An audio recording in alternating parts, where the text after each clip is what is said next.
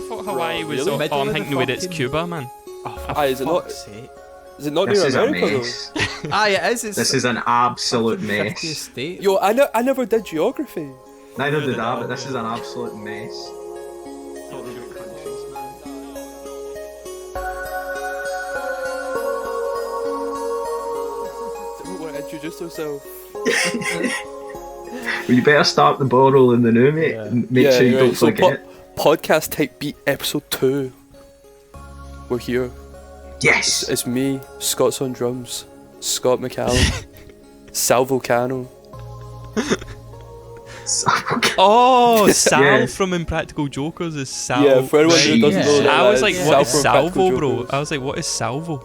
You ever seen him One go of the most sneaker shopping? handsome men on the planet. And unfortunately, I just look exactly like him, so it happens. Yeah. He's a massive sneakerhead, bro.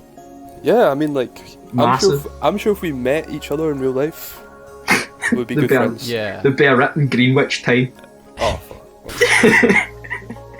Right, who have we got in the call? Who have we got in the call? Starting from the Go. top. Car Brain, mate. AKA LG95. AKA AKA. Gaza, mate. Nice. None of them being your actual fucking name. What's your name? Alright. Sorry. Fucking hell. It's Liam. What's happening, boys? It's Lewis. No AKAs. AKA John Martin. Fan. Boy. Hashtag 4 in the morning asking you if you've seen John Martin at a gaff. You heard of John Martin? Too real, man. Too real. Alright. Oh, I'm Thomas. AKA Tom HD. AKA I don't know. I don't know what I say to people at a gaff, man. You like Riley? What? I've never said that to someone. Do you like Ryland? Although, I mean, what are you going to say? I was just gonna say, like, it's funny because anyone that's listening to this, they can't see the profile pictures we have.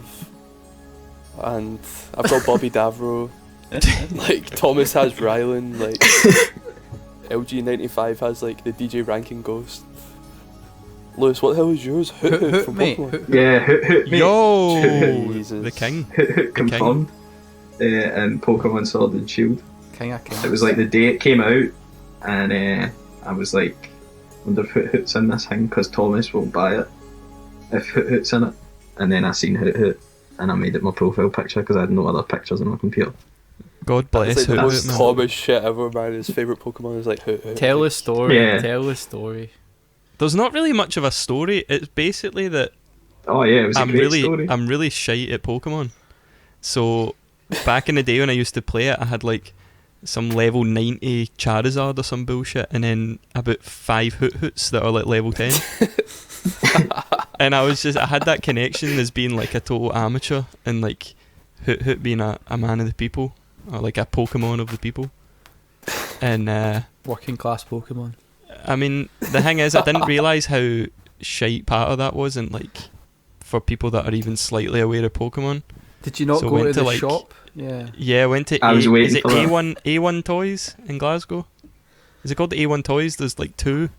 Yeah, There's one that's really near one the one that's really near Yeah, Mono. yeah. The one that's really near Mono that's got all like the D&D books and stuff in it.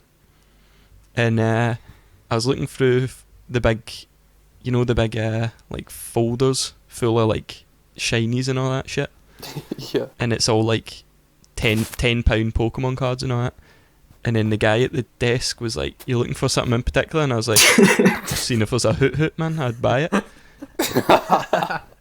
And then the guy is like, "What the fuck are you trying to build here? Like, what deck is this?" And I was like, "Oh, I don't know, mate. Just like Hoot Hoot." And he was just like looking at me like, "Bro, what the fuck, man?" Like, I mean, can you blame him, man? Like, well, apart like Lewis said to me like, "Mate, that guy will be trying to like figure out some tactical reason for having Hoot 100%. Hoot." He'll be like, "What is this deck that this Right. guy has built?" And I was just doing it, not even as a troll. I'm not doing it to like fuck with someone's mind. I was genuinely looking for a Hoot Hoot just for like a wee personal like inside joke kind of thing. So yeah, like I realised as soon as I said that, it's like I'm not going to be able to make any like worthwhile case for liking Hoot Hoot at all. So I just had to like awkwardly kind of say, "All right, cool," and then like walk away. So I've left the guy hanging as well. And did you just leave the shop immediately out of embarrassment? I bet. Not even. Yeah, just like. Yeah, I didn't want to look like I was trolling or anything. As well. I kind of respect that like confidence just to like walk out though. If that was me, I would have like, I don't know, out of like anxiety, would have just like looked through the folder for like 10 minutes. Yeah. Bought like a full deck, starter bundle. Although this takes us into like the next section of the podcast really well, talking about games, because this week's sample was obviously from a game, Final Fantasy VII Remake. Oh. I love how it's called Remake. Like it literally is called Final Fantasy VII Remake. I mean, it's so like, straight to the point. It's not like the same game. Like I need to be careful this podcast and not get like too sucked into this, because it'll be like, yo, that's been like 40 minutes he's been talking about like Final Fantasy VII. But it is like a different game. They've really changed the format of how to like remake a game. Not just like make the graphics good, but like they're aware that the game came out in 1997 and people know what happens. People know the story and all the characters, so they're giving you like more content and more backstory and stuff like that, so it's sick. But one thing they added, which people were worried about, was new music. And one of the tracks that they added was the track that I gave you for this week, Midnight Rendezvous. So what did you think about it? Yeah, gorgeous man, gorgeous. But I wanted to know, that's completely not in the original one then? So, do you know, there's like a phrase, I'm thinking back to like higher music in school. It's like a leitmotif, is that right? When you kind of like reference like another song or like a phrase. Yeah, there is a song from Disc 2, I believe it's called Under the Fireworks, or something to do with fireworks. And there is like a certain melody that they've kind of rearranged or like, you know, put on like a different instrument that kind of flows through it, but it's not that similar. That's kind of just like speculation or people being like, you know, it kind of sounds similar. Nice, but that's nice. It's a completely like fresh track in terms of like composition as a whole. And like the beauty of it is that it gets introduced in like a part of the game where they're able to use obviously like the console that's available now to like expand on like a storyline, and it just hits you out of nowhere and you've never heard it before. And like when I heard it for the first time, I just put my controller down and just listened to it. Like I was just looking up into the sky. It's like one of the first times you see like the real sky in the game. Spoilers. And it's got this greeny kind of vapor wavy kind of tone.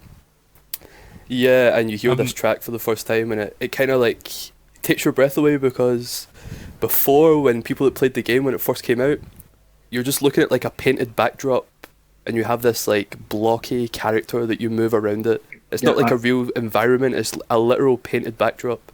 But in this game it's this like 4K graphic, you know, showcase of what they can really do and the way they can showcase the world. So yeah. I think with that in mind, do you want to listen to it again before we go into it? Absolutely. Yep. Again, like the version I have is like a 30-minute long. People keep uploading it to YouTube and it keeps getting taken down because there's no like official like upload of it yet. So I'll link this version, but I say we maybe listen to like 2 minutes of it. Yeah. Cool. Yeah, that's fine. Mm-hmm. Cool. Yeah. Count us down, mate. We'll come back. Cool. So 3, 2, 1, go.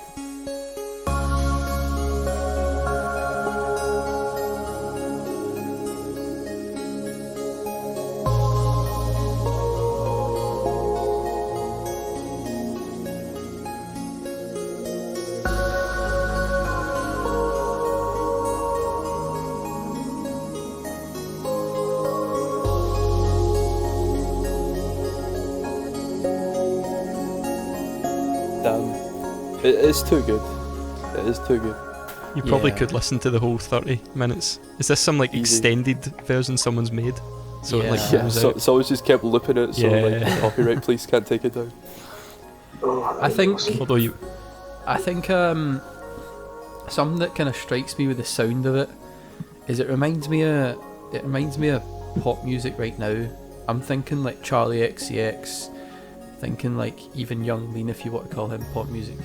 Like I'm thinking about stuff like that, and it reminds me of how the music that those people make was probably inspired by game music to begin with to some extent. And it's kind of interesting how it's almost like circling back on itself, and the guy that made the original music's kind of taking influence from that a wee bit. It sounds like Hennessy and Sailor Moon by Blade and Young Lean.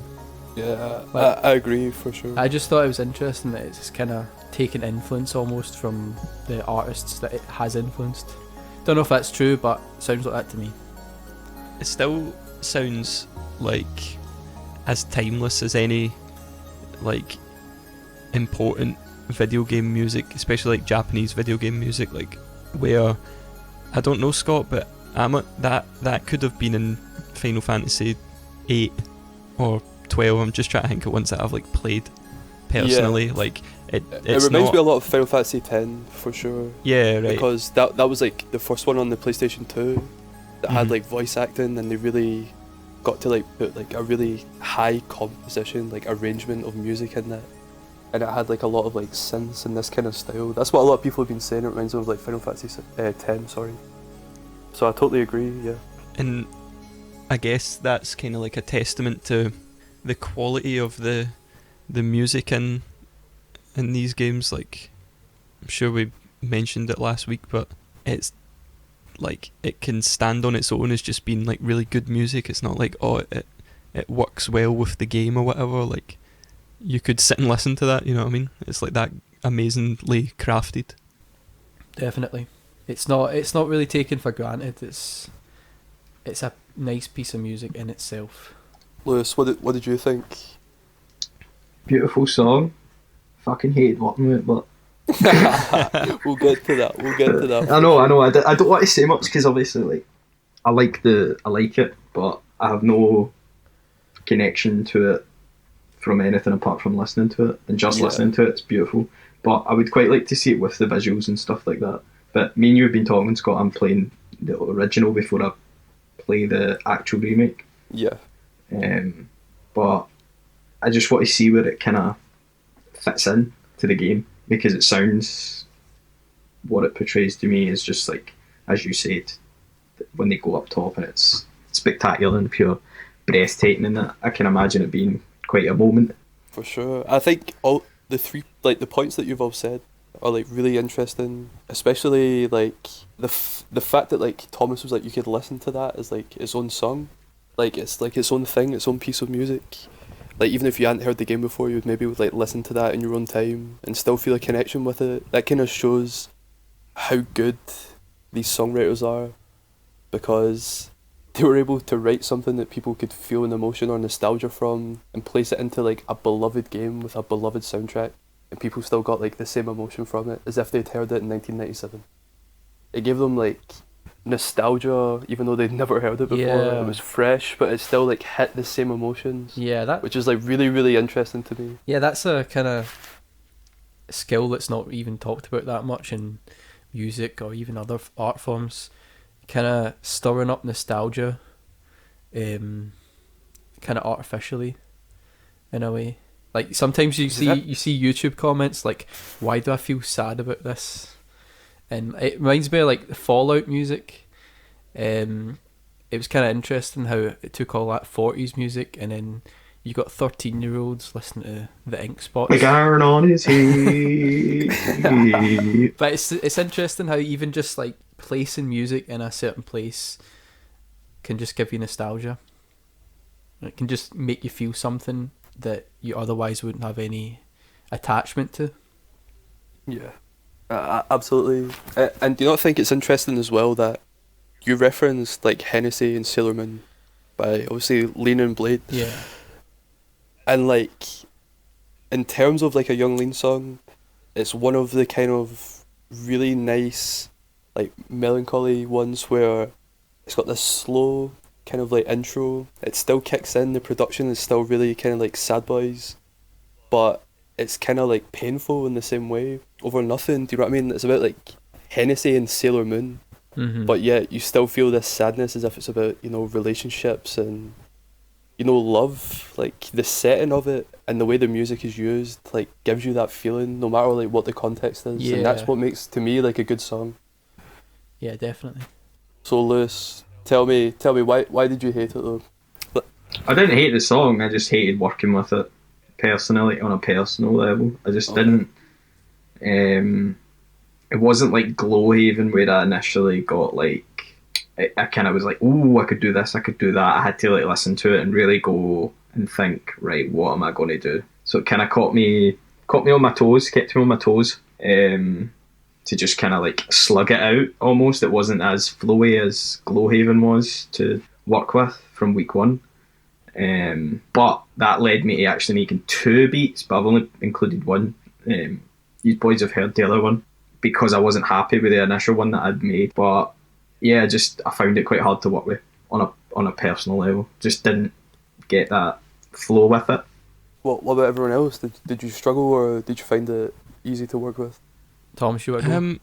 Well, cheers. Like the thing was that I think the sample was actually easy to work with, and the difficulty came from reaching a point production-wise that I was like satisfied with. I think that we were lucky that the sample has a lot of like emotion within it and stuff like that, so you had a good base to like work from in that way.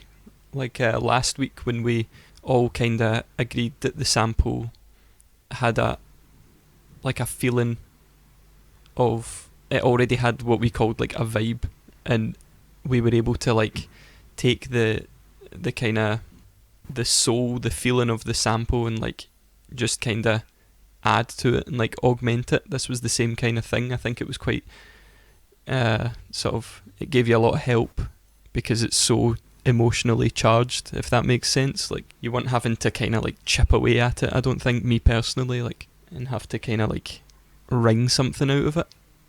So for me personally, no, the sampling bit again was quite straightforward. Yeah, I guess for me it was, I don't know, the original song itself sounded like something that I would aim to make anyway, so my approach to it was to try and get away from that and spin it in a way that wouldn't necessarily be normal to me. So I tried to build a song on top of it, basically write lyrics. So will we mess the order about with how we listen to them? I was going to say, last week, Lewis first. Yeah, I think Liam went first last week. Yeah, I did. Yeah, it went in order of like. So we'll do Lewis, Thomas, then Liam. Is that chill? Yeah. Yeah, that's chill with me. Sweet. And then next week, Thomas first, then LG95, then Lewis, etc., etc. Yeah, we'll just take the top one and put it to the bottom. Yeah, man. That's a good idea. Yeah, cool.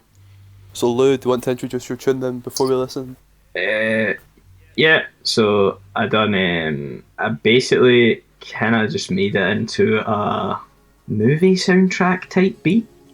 Okay. And that's why it's called Do You Want to See Something? Because when it kind of sounds like something from Drive, this sample. Like you could slot this into the Drive soundtrack and it would sound like it should be there. So yeah, I just kind of made it on that, but I suppose we better listen to it.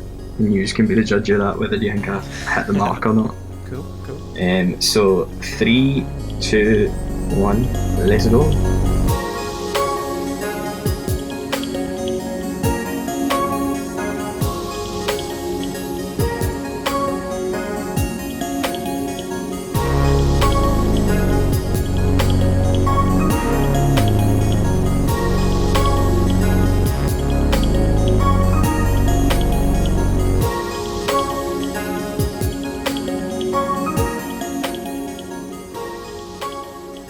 Hey, you want to see something?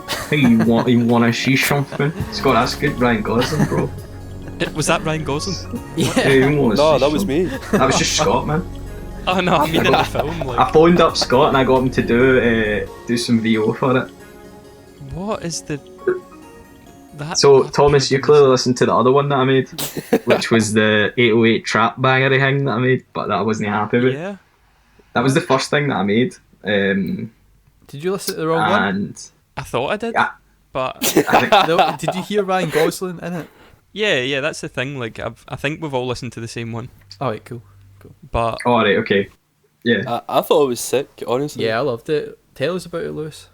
So started the week off on a Monday when we got the sample, and I made an 808 trap bagger, and I was like, right, I'll get samples of Cloud and I'll cut them up and shit, and I'll just chuck it in and see what it sounds like. And I wasn't really happy with it when it got to about Wednesday, but because this is on a week thing, I could start again, so I just started again on the Wednesday, and then I knew I wanted to use that part of the sample, and then I just kind of layered it until I had that kind of atmospheric sound, and then added the wee melody on top with a mellotron. That was it.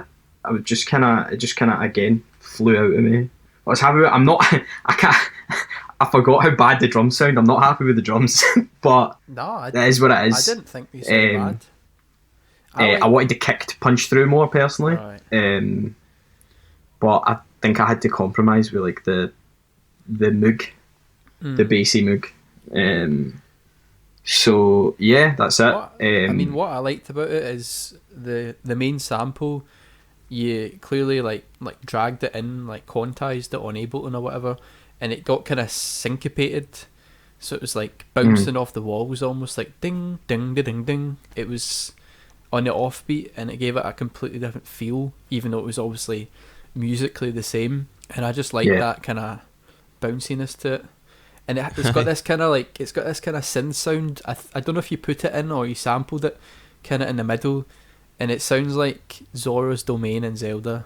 That's the only comparative thing I can do. It's like a mad steel drum. It's like a mad steel drum kind of Oh, right, okay. thing. I don't know what you done there, but that was cool. With the melody. I'm trying to think. I think that was literally just the mellotron. Oh, was it? I'm trying to think. Yeah, it was mellotron. So literally, I think it was like 5 or 6 tracks. Mellotron, with effects on it, and then I think I just used like percussion loops and stuff like that, and that's what kind of like I think kept it driving. Any reason why you chose that quote from Drive? It just popped into my head when I was making it. I was like, oh, it sounds like Drive. I'm going to make it sound even more like Drive by putting a Drive sample in it for Drive. That was literally it. Not like some mad mental thing where I was like, oh, this reminds me of this particular scene. I just got a picture of I just got a video on YouTube of all the points that Ryan Gosling talks in that movie, and was like, that bit's cool because he only talks I was like gonna say- 4 bits. I was gonna say, It was like how a- long was that? 2 minutes. it was like a 2-minute video. So it didn't take me long to go through it, and I was like, that's the coolest thing he says, and I just chucked it in. That was it. But I thought it really added to the ending, because I think that's the one thing that I think I struggle with the most, is like, how can I make this end but sound natural without having it just cut off at the end, like just drop. So I was like, going to add this sample in. I think it works pretty well. I like that it's got a bit of like hiss behind it. You know what I mean? Like you can hear the car in the movie like going over a bump or something like that. That's actually running throughout to just give it a bit of atmosphere. I thought so. Like it gives it a bit of high frequency hiss. Yeah, there is the part of just the car driving in that scene just running throughout, and then I've just looked at, and then eventually it goes into the actual sample. Insider knowledge, man. Yeah, It's all about layering, man. It's all about there. that is it. You just build up.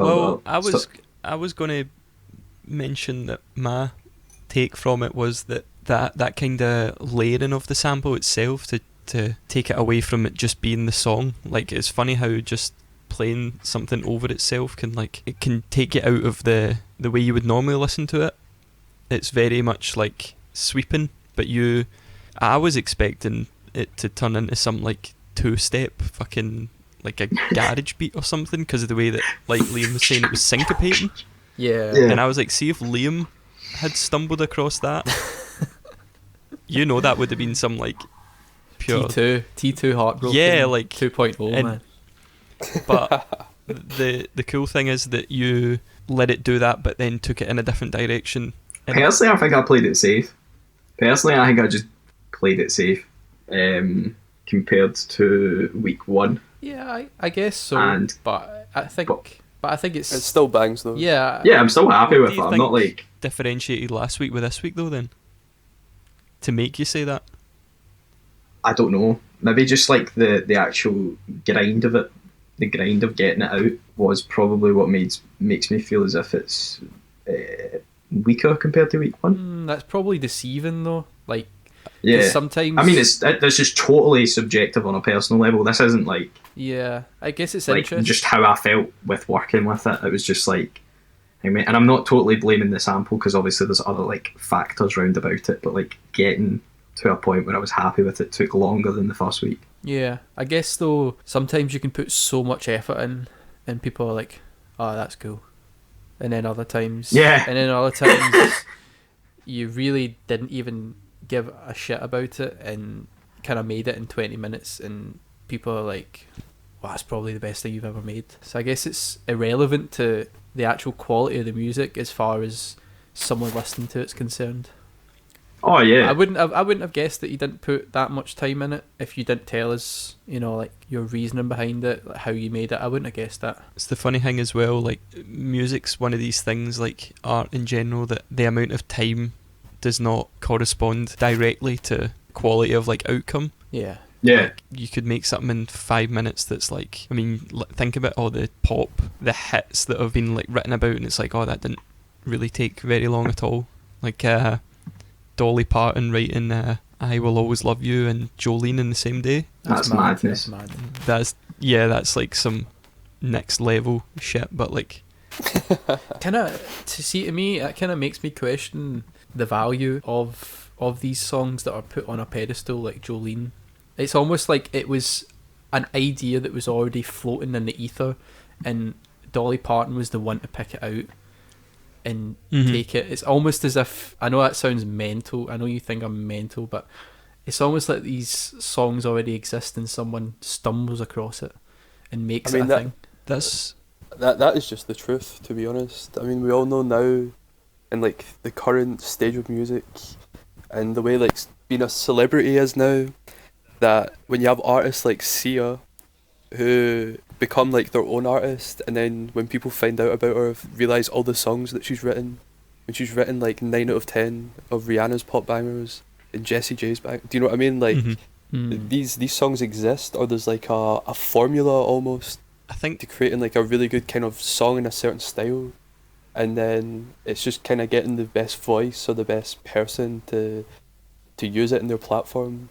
You get what I mean? Because imagine it wasn't Dolly Parton singing Jolene for the first time, it was someone else. Yeah. It might not have done as well, but because like the format was there, the songwriters were good, they knew exactly how to make this, and they knew that she would project it in the right way. That's why it's like a good song.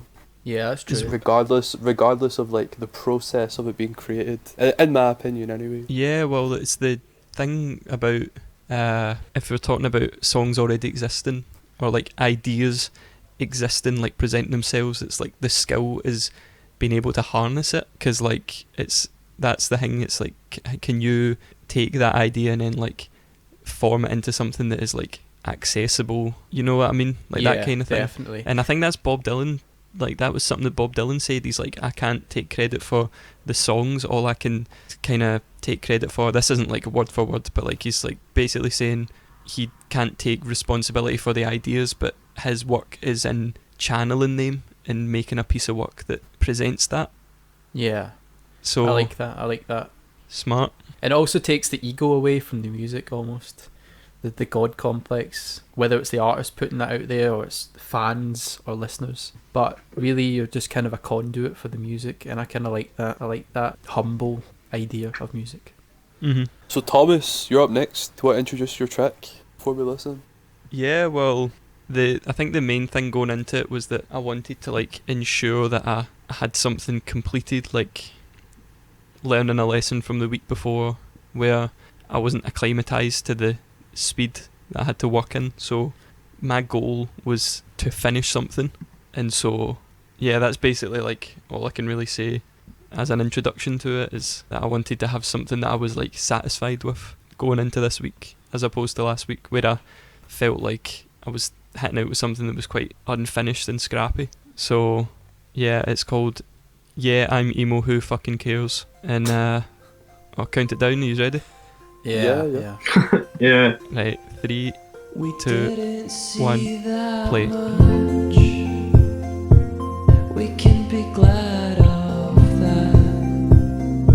It was of the time nuclear. There was no shame in what we'd done and what we're doing now. It's cool what you can make up. There seems like so much. All these places you've not been, and all these things you're living through. Yeah, I'm emo. Who fucking cares? By Hung Parliament. Possibly, you know, that's like it's got potential, I think, to like actually become a tune. So I'm keeping that in like in the mix. It's a good tune, man. Yeah, it is I'm good. not being a bam, but I don't know, see, listening back to that, kind of sounds Christmassy. Christmas. See, with like the bells and that at the end, man, I was like, oh damn, this could be like a Christmas That's the movie. fucking Like when the guy sample, goes bro. to tell the girl that he wants her home for Christmas. What if We're gonna have to try and get like did Busted, a sync deal. did Busted make Christmas tunes? It sounded like a Did Christmas Busted? tune. Like by Busted? Mate, that's not a diss. No, this isn't a diss at all, man. It just sounded like a Christmas how song. the fucking Busted the one fucking band that came up, man. Think about it. I mean, no diss on Busted, man. I went to go and see Respect. Busted back in the day. No diss on Christmas. I'm sorry. Mate, I'm not going to unhear the Christmas now. Like, That's why I was scared to say it, because I was like, shit. Winter I was 20, like, oh. expect it. So tell us about how you went about making it then, man. I'm interested, curious. It was really meticulous this time round. Like, I got the sort of root notes of each of the. It's quite sort of segmented in the way that its rhythm is very much just like bam, bam. Like these bits all change, but in a very orderly fashion. So I could like pinpoint, right, there's F sharp, there's G sharp, there's D minor or whatever. I can't even remember really off the top of my head like that. But I figured out the chords that I could use in the sample, and then I took those sections and sort of wrote a song only with those chords, and then I knew that I could slot the sample into the song. Mm-hmm. So it's only really like 5 chords or something like that, but there's only like 5 chords within the sample anyway, so it was proper like an engineering thing more than a songwriting thing most of the time, like making sure everything fit. Like, I like how you used that initial bit at the start, the arpeggio, and just kind of let that run through it, and then change the chords on top of that. For me, that takes the song completely away from what the sample was.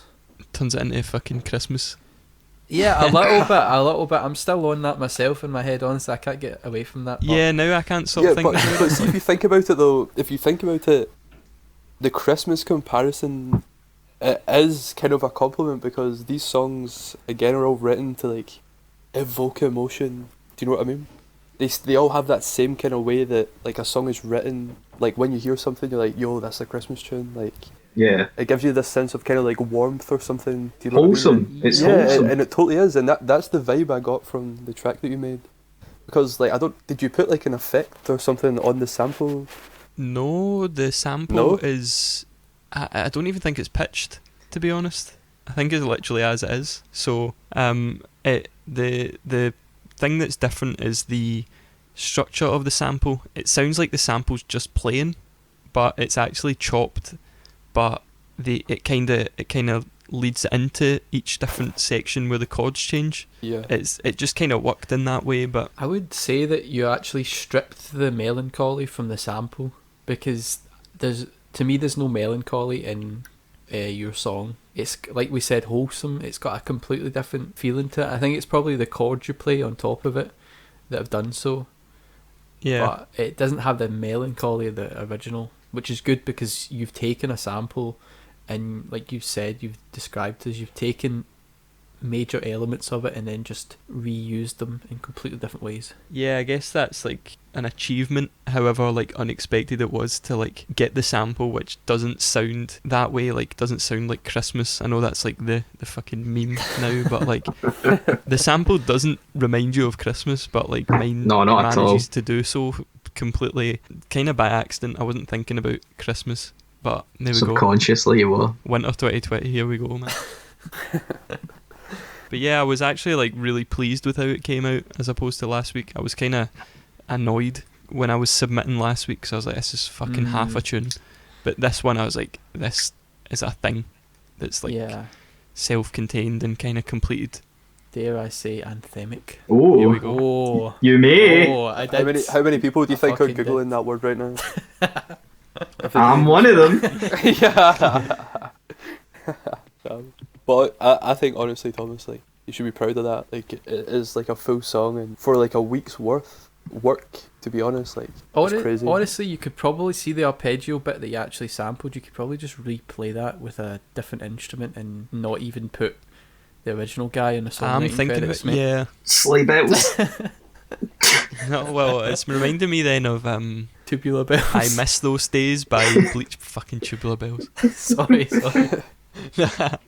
There's a song called I Miss Those Days by Bleachers, and that's he bought, Jack Antonoff bought one of those, what are they called, Emulator 2, the big blue emulator, the big keyboard sampler, Right. Yeah. like the Blue Monday one, and that is literally him. There's a song exploded about it, and he's talking about how he got this like sleigh bell type of sound and like made a tune out of it. I'm thinking of like sort of doing a similar thing and not like what's the word when you take a sample and you play it, interpolation or something, is that right? Yeah, interpolation. Yeah, I'm not going to completely do that. I think I'll be able to change it but keep the vibe, like just kind of make a sample using those chords that kind of has the same arpeggio type of thing in that, like, I don't know, intelligently like sample it, I guess. Yeah. Yeah, I really think that could become something as well, which I'm like pleased with. Good man. Good. Yeah, man, it was amazing. Like, all kidding aside, it was really good. Really good. I enjoyed it a lot. Thank you. I think your writing chops as well have got better. It's just so good. It was cool to hear. Yeah, well done, man. I appreciate that, man. Cheers. But last but not least, LG95, aka AKA aka Gaza. Gaza, yeah. AKA Liam. Let's go. What do you want to say about your track, man? What I want to say is the first week when we done this, I was the only one that didn't have vocals on the tune, so I felt quite intimidated, to be honest. I was like, oh shit, I dropped the ball here. Like, I just made a kind of beat, so I knew for this one I had to put vocals on it. I had to put lyrics and melody, otherwise I was slacking a bit compared to everyone else. So that was my main intention, and that's where I went from with the rest of the song. Exciting. Yeah, for sure. Whenever you're ready, man, count us down. Right. 3, 2, 1. Let's go. Sunshine comes out when all the days are left to dread. Don't play the field on your friend. Let the wind take care of the sand. No tears falling. There's only one way back to the tent. Hold on for me, and I'll be waiting by the fence in the cold.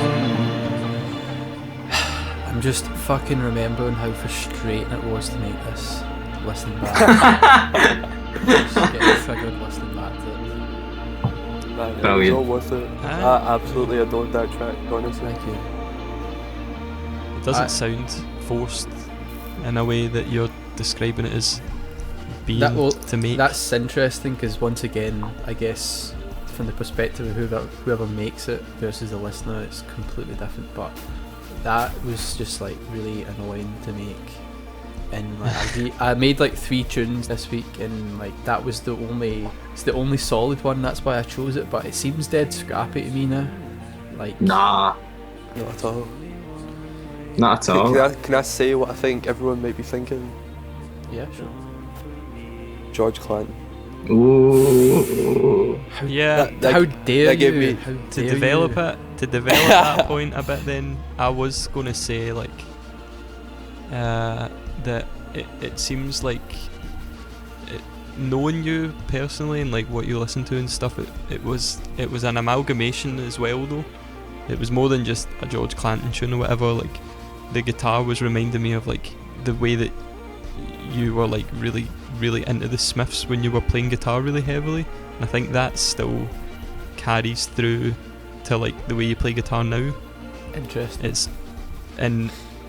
It's funny having that totally juxtaposed by like the fact that the production is very like George Clanton and like but the songwriting isn't like George Clanton though. Like the vocal melody and stuff, it's not.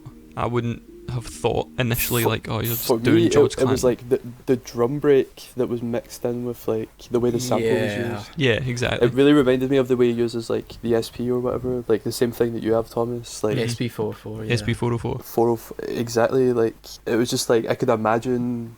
Like we watch a lot of for anyone that doesn't know who George Clanton is, just look him up on YouTube. There's that one that we watched like all the time. He's playing this live set to like this radio audience. Oh, and it's he's got a like funny so name, awkward. doesn't it? Yeah, and he just does not give a shit. Like he's playing his own music and he's just got like his sampler, but like there's this like emotion to it. Like he builds everything in. Like you see him press the button and this like melody, this moody tone comes in, and then boom, the drums come in. And even though that sounds like quite heavy, or it sounds like it's going to be like quite hard on the ear, sometimes it is, but like sometimes it's the result that like Liam had in that song where it's kind of bliss. It just like flows really evenly, but each kind of part of the song holds its own. It's quite hard to describe, but with the vocals as well, it just felt quite warm to me. It was so cozy just listening to it and just like floating through Yeah, the cozy. song, to be honest. Yeah, very, very good song. I genuinely think that's got to be one of my favourites that you've done. What? Yeah, and I think I can kind of. I think because it just kind of flows in a nice way, and it's very atmospheric, but not too much. It's nice. It's nice to hear you make music like that, and I'm happy that it was a struggle for you, because I'm so used to seeing you absolute power out all these absolute belters in like 4 seconds. Yeah, I mean, that's good for me, because a lot of the time I do make tunes and I'll do it really fast, and that's it. To varying results, sometimes good, sometimes bad, but I don't often really sit on it. So the good thing about this podcast thing is I have to, like, I really can't choose not to. I've got to come up with the goods, otherwise I'm going to be embarrassed. Well, I guess what I put into the song kind of defined it. So instead of chopping up the sample or something, I actually just used, I think I slowed it down and like tuned it up really high frequency, so it's all that glitchy buzzy noise, and I just used that, like we were talking about with Lewis earlier, I just used that with layers to give it some meat.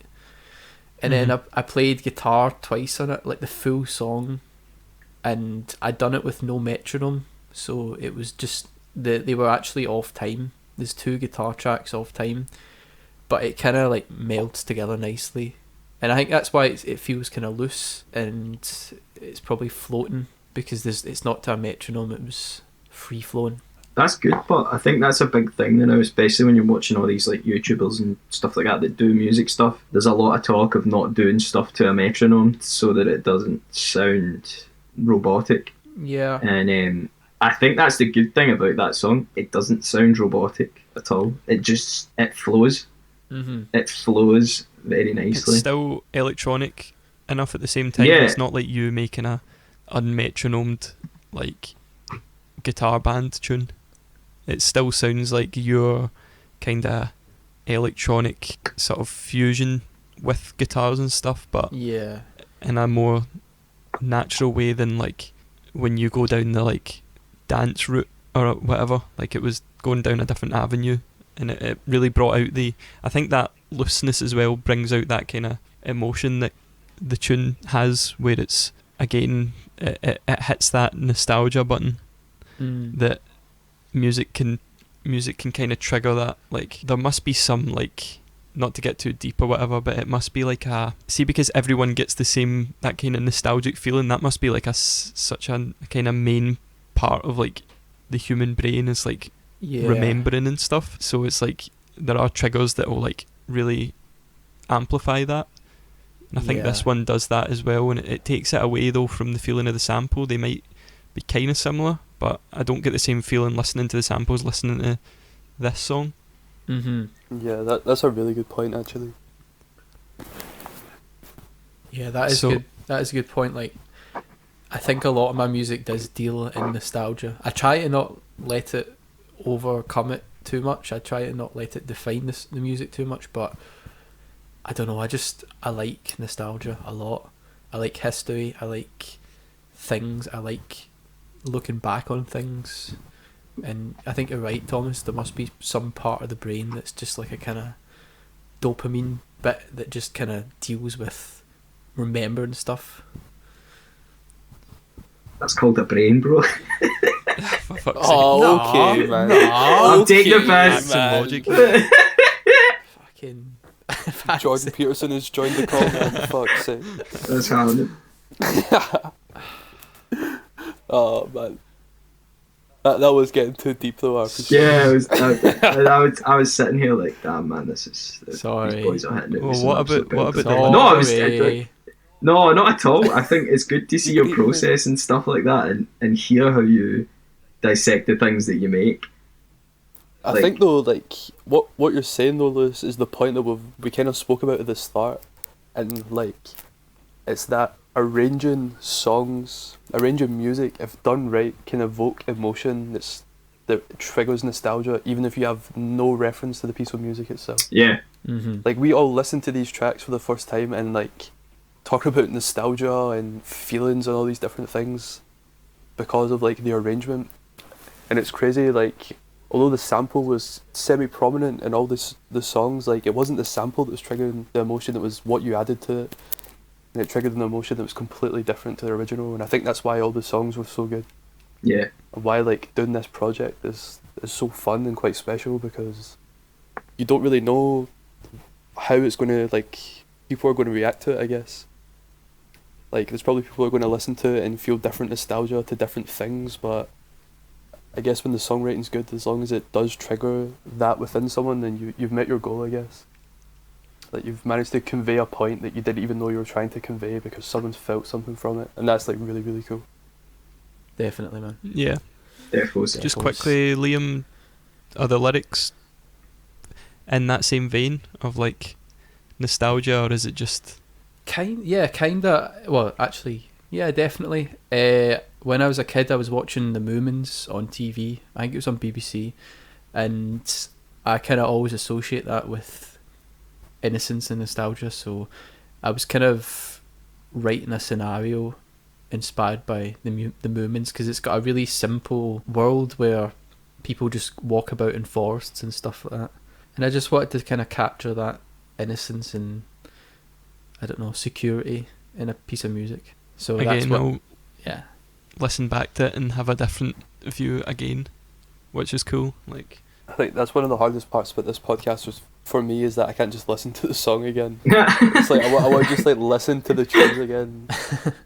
Honestly, because like deep dive into all of them. Do you know what I mean? Like you talk about them so much extensively, and then we listen to the next one, and like, you know, it hits you again and it hits you again, and I'm like, fuck, like, I want to go back and listen to them, and now I've heard about them, like explore them again. You know what I mean? Yeah. Which is cool.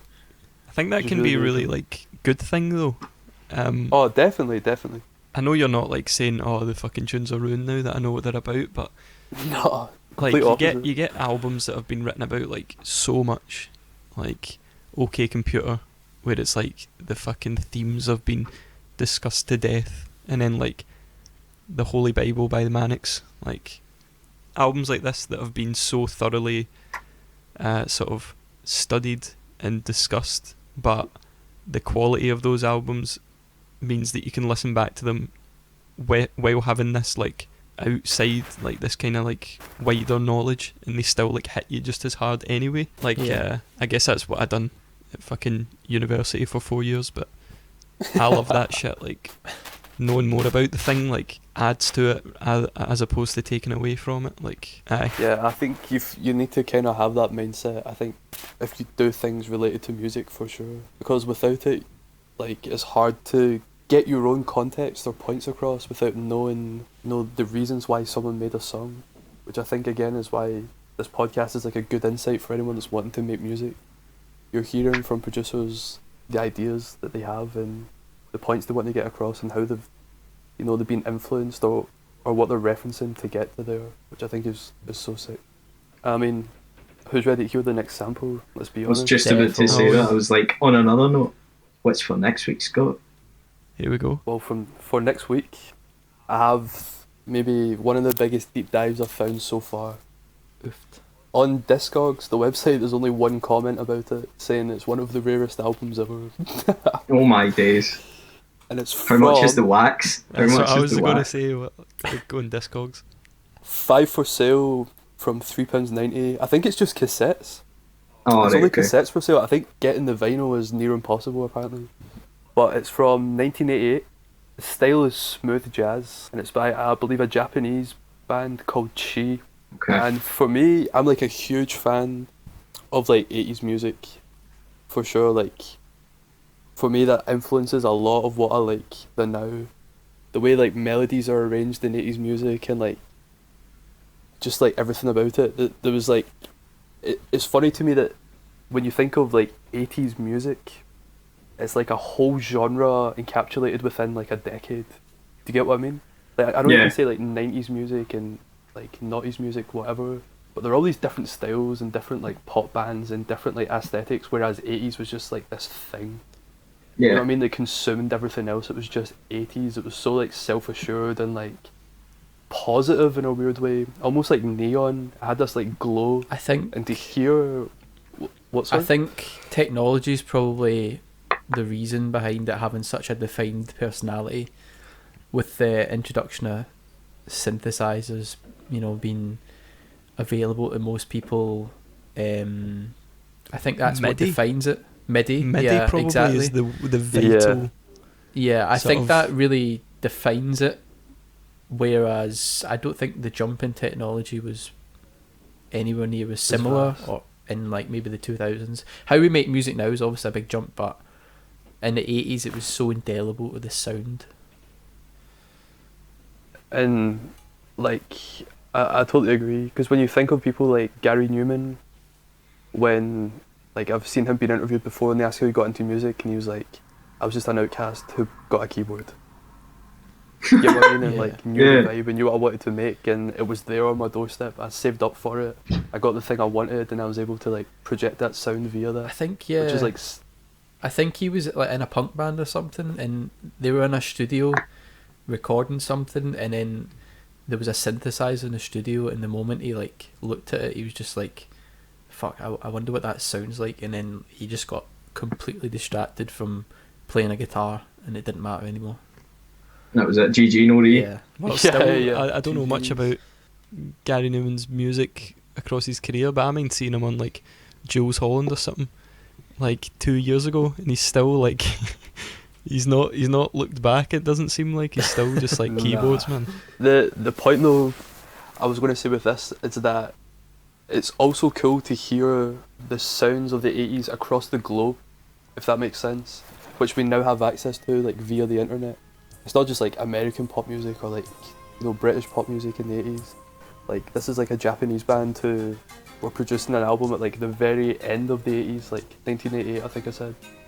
So we're almost on the cusp of the 90s, and I think when you listen to it you can tell it's nearly at the end of the 80s. There's like some really cool techniques, and the way the song's arranged I think is just really, really cool.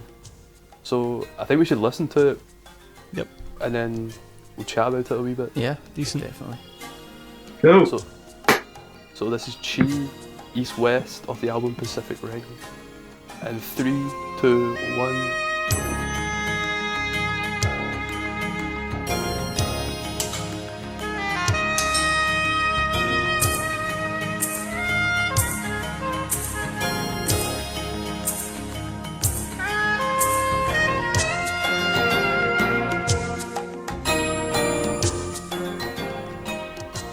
tunes like that, that's the reason why Vaporwave exists. That's why it exists.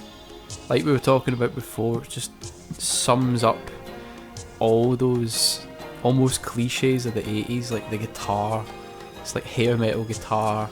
It's got this weird kind of Asian, like Japanese, Korean, like fake synth sounds going off. It just sounds like kind of background music for some bizarre late stage capitalist fucking dystopia. I don't know. Wonderful. For me, I just love like the woodwind, like arrangement in the song, whatever it is. Like, it is so cool because it like gets you like out of nowhere and it gives it this continental like kind of vibe to the song. Do you know what I mean? Woodwind. I mean, it does like.